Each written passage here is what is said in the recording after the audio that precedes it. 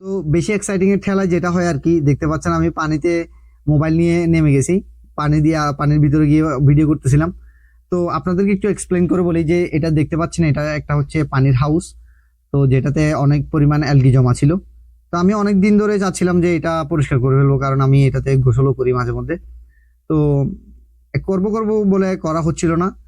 তো আজকে ধরলাম যে করে ফেলবো। তো আমি পানিগুলো আগে ছেড়ে দিচ্ছি চারিদিক থেকে, যেন তাড়াতাড়ি পানিগুলো চলে যাইতে পারে। তো চারদিক থেকে ছাড়ার কারণ হচ্ছে যেন একটু তাড়াতাড়ি যাই। 8 hours later. 9 ঘন্টা হয়ে গেছে মোটামুটি, তো পানি এখনো অল্প অল্প রয়ে গেছিল। তো আমি চেষ্টা করতেছিলাম তাড়াতাড়ি একটু পরিষ্কার করার জন্য, কারণ আবার রাতও নেমে আসতেছে।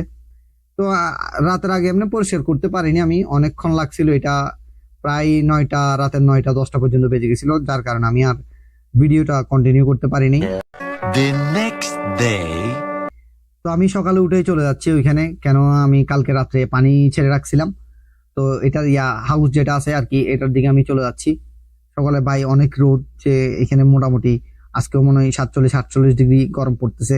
সৌদি আরব আপনারা তো বলতেই পারেন যে কি পরিমাণ রোদ থাকে। তো আমি আসলে এত এত যে সুন্দর হবে এটা আমি আশা করি নাই, যে একটা মানে ফুল একটা মারাত্মক ভাব, যে সুইমিং পুল ভাব আসতেছিল। এই যে দেখতে পারতেছেন আপনারা, মাশাল্লাহ অনেক সুন্দর লাগতেছিল। তো আমি আর এক্সাইটিং এর ঠেলায় আর নিজেকে ধরে রাখতে পারি নাই, ফোন টোন নিয়ে নেমে গেছিলাম ওইখানে। ফোন নিয়ে তো নামছি, ফোন নিয়ে এবার ফোনটা নিয়ে আমি পানির নিচেও চলে গেছিলাম ভিডিও করতে। তো শেষ পর্যন্ত আর কি আমার মোবাইলে একটু একটু পানিও গেছিল। যাই হোক, এটা আমি কাউকে না বলে ঠিক করে ফেলছি।